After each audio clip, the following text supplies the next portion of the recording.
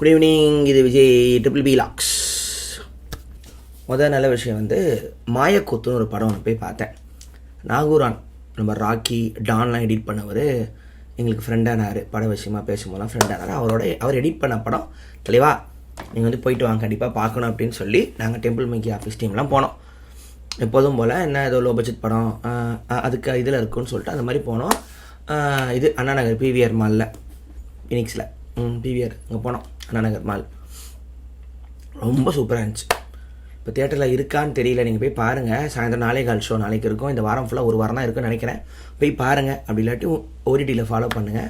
Maayakoothu Raghavendra direct பண்ணியிருக்காரு. எங்கள் friend Nagooran வந்து எடிட் பண்ணியிருக்காரு. வேறு யார் டீமு?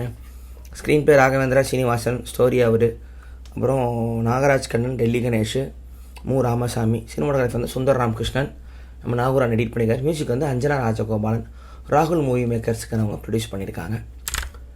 ரொம்ப ஜாலியாக, ரொம்ப கம்மி பட்ஜெட்டில் எடுத்திருக்காங்க போல். ஆனால் அது தெரியவே இல்லை சுத்தமாக. கதை ரொம்ப நல்லா இருந்துச்சு. ஒரு டேரக்டரு அவர் க்ரியேட் பண்ண கேரக்டருங்க, அவர்கிட்ட வந்து பேசினா என்ன ஆகும், இதுதான் கதை.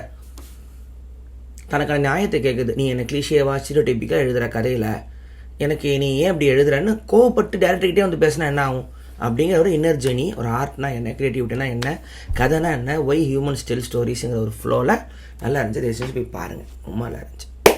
ஸோ மெட்ராஸ் டாக்கீஸ் எப்படி நான் ரெக்கமெண்ட் பண்ணணும், ஆனால் மெட்ராஸ் மேட்னி எப்படி நான் ரெக்கமெண்ட் பண்ணணும், இந்த மாதிரி இந்த படத்தை போய் பாருங்கள், நல்லா இருந்துச்சு. நீங்கள் டிசப்பாயிண்ட் ஆக மாட்டீங்க.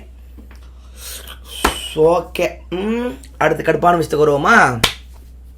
கவின் கொலை வழக்கு திருநெல்வேலியில், ஜாதி வெறி கொலை. நம்ம இப்போ என்ன பண்ணுறோம், நடக்கும்போது ஜாதி ஒழிங்க, ஜாதியை விட்டு ஒழிங்க, ஜாதி தப்பாக இருக்குன்னு அந்த போஸ்ட் நமக்குள்ளே பேசி பேசி பேசி பேசி நமக்கு ஆல்ரெடி கடுப்பாக இருக்குன்னு தெரிஞ்ச விஷயத்தையே கடுப்பாக இருக்குன்னு சொல்லி அதை அப்படியே மறந்துடுறோம். இது வந்து நீ ஜாதி ஃபாலோ பண்ணுறியா, நான் ஃபாலோ பண்ணுறேன், நீ தப்பா நான் தப்பா, யார் யோக்கியம், அதெல்லாம் இல்லை. யாருக்குமே அது மேலே இஷ்டம் இல்லை. நம்ம இந்த விஷயத்தை ஷேர் பண்ணுறவங்களுக்கோ விஷயத்தை வந்து ஃபீல் பண்ணுறவங்களுக்கோ எல்லாருமே ஜாதி பார்க்கக்கூடாதுங்கிற ஒரு மனநிலை இருக்கும். இந்த பார்க்குறவனுங்க இதுக்குள்ளேயே வரமாட்டானுங்க, இந்த வெறி பிடிச்சவனுங்க வரமாட்டானுங்க.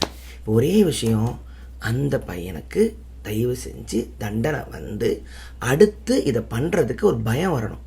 அதை தவிர வேறு எதுவுமே மண்டையில் ஓடலை. அவன் 2 வாரமாக கையில் கத்தியை வச்சுக்கிட்டு இன்ஸ்டாகிராமில் போஸ்ட் கொடுத்துருக்கான், விரைவில்னு போட்டிருக்கான்.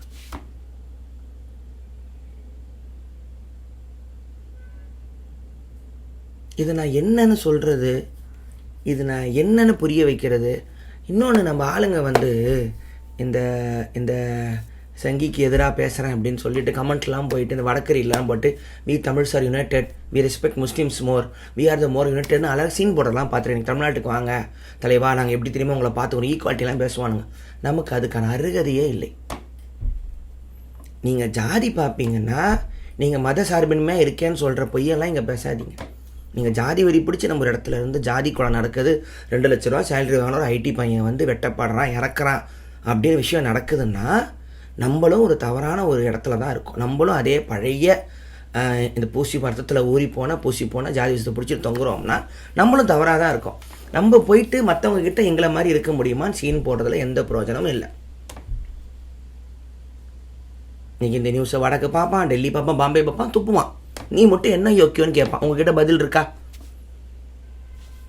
சரி, கஷ்டப்படுற ஜனங்க, ஏழை ஜனங்க, ஒன்றுத்துக்கு இல்லாத ஜனங்கள்லாம் கொலையண்டா பேப்பரில் வர நியூஸில் தான் எவனும் கண்டுக்க மாட்டான். இப்போ ஏன் கண்டுக்கிறாங்க? ஐடியில் வேலை பார்க்குறான், 2 லட்ச ரூபா சம்பளங்கிற வார்த்தை முதல்ல வருது. இந்தியாவில் வந்து அதிகமாக பணம் சம்பாதிக்கிறவங்க நடக்கும்போது விஷயம் அதெல்லாம் கூட இருந்துட்டு போட்டோம். அப்படி ஒரு சம்பளம் வாங்குற ஒரு பையனாக இருந்தும் அவனை வந்து ஜாதி பார்த்து ஒருத்தனால் வெட்ட முடியும் அப்படின்னா வெட்டி கொள்ள முடியும்.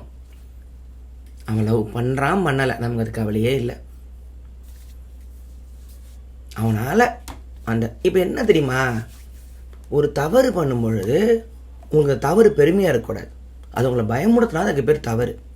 சரி, உங்களுக்கு என்னத்தை சொல்லி என்னத்தை புரிய வைக்கிறது, மாறாது திருந்தாது. திருப்பி சொல்கிறேன், ஊரில் இருந்து எல்லாம் ஓடியாந்துருங்கடா, சிட்டிக்கு போயிருங்கடா. பறந்து போகிறாம சொல்கிறதெல்லாம் வேணாம். எல்லாம் ஊர்லேருந்து, உங்கள் கிராமத்துலேருந்து, புழுத்து போன நாரி போன ஊர்லேருந்து வெளியே வந்து சிட்டியில் வந்து ஃபேக்ட்ரியில் வேலை செய்ய, ஐடியில் வேலை செய்ய, இங்கே இருக்கிற கும்பலாக ஒரு ஃப்ளாட்டில் ஒடுங்கி கூட இருந்துக்கோ.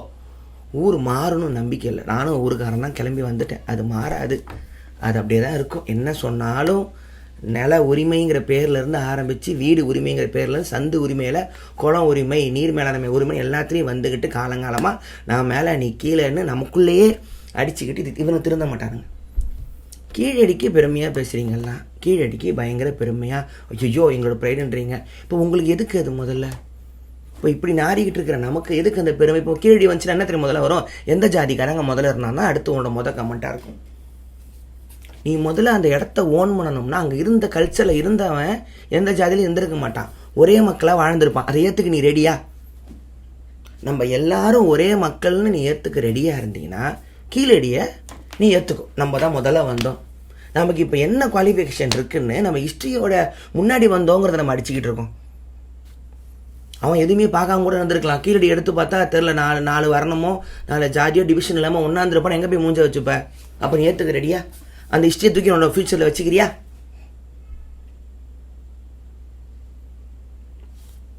இது எத்தனை நாளைக்கு தான் இதை பார்த்துட்டு இருக்க போது? நிறைய நான் வெறும் காமெடி மட்டும் பண்ணுறேன், நான் டெக்கெல்லாம் பண்ணுறேன். எங்கேயோ போயிடுச்சு உலகம், எங்கேயோ போயிடுச்சு. அரசியல் படிக்கிறோம், உலகம் எங்கேயோ போயிடுச்சுடா. சீரியஸாக சொல்கிறேன்.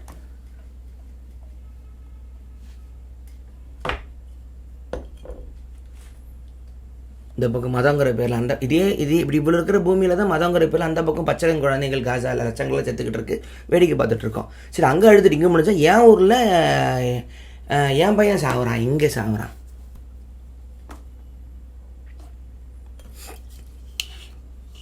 இவன் நமக்குள்ளேயே ஜாதியை விட்டுருங்கலாம் சொல்லி போஸ்ட்டை போட்டு அதெல்லாம் வேணாம், அது பிரயோஜனம் இல்லை, விட்டுற போகிறான். இந்த மாதிரி பண்ணுறவனுக்கு பயம் வரணும். அது ஏன் வரமாட்டேங்குது?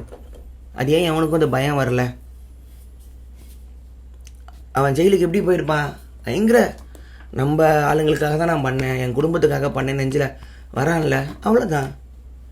உனக்கு மனசு குத்தலான்னா ஜெயிலும் உனக்கு வீடு தான். அங்கே இருக்கிற அவங்க ஆளுங்க வாமாப்பில் செம்மையாக பண்ணிட்ட போல, நீ தாண்டா நமக்கு நாங்கள் உட்காந்து ஒன்றா சாப்பிட்டுக்கிட்டு இருப்பாங்க. மனசு தானே ஜெயிலு, உனக்கு குத்தனா தானே ஜெயிலு. குத்தலைனா தியாகம்னு நினச்சா, வீரம்னு நினச்சா எங்கே போகிறது?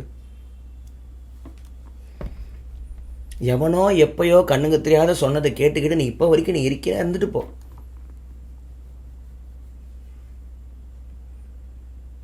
ரொம்ப அது ஒரு இரிட்டேஷனாக இருக்குது. சரி, ஓகே, இது மாறாது.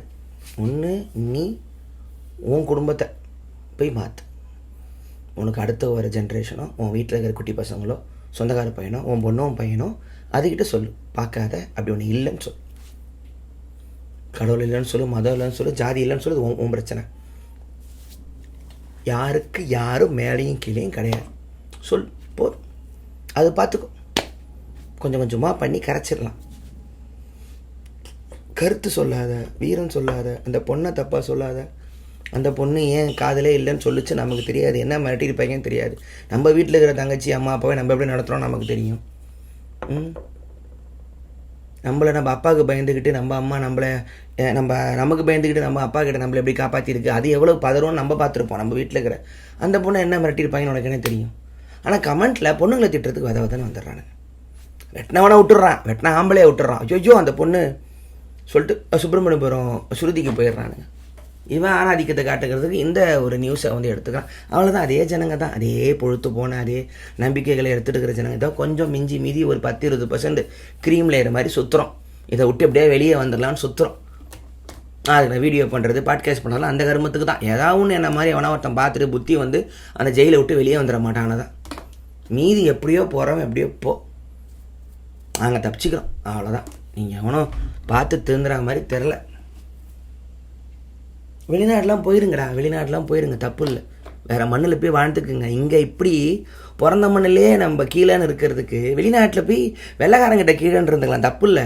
மனசாவது கேட்கும், சரி நீ வெள்ளைக்காரன் உலகத்தையே ஒரு காலத்தில் வச்சுருந்தா உனக்கு இருந்துக்கலாம், இவனுங்கிட்டலாம் ஏன்டா இருக்கணும் முட்டா பிள்ளைங்கிட்ட நினச்சிக்க வேண்டியதான்.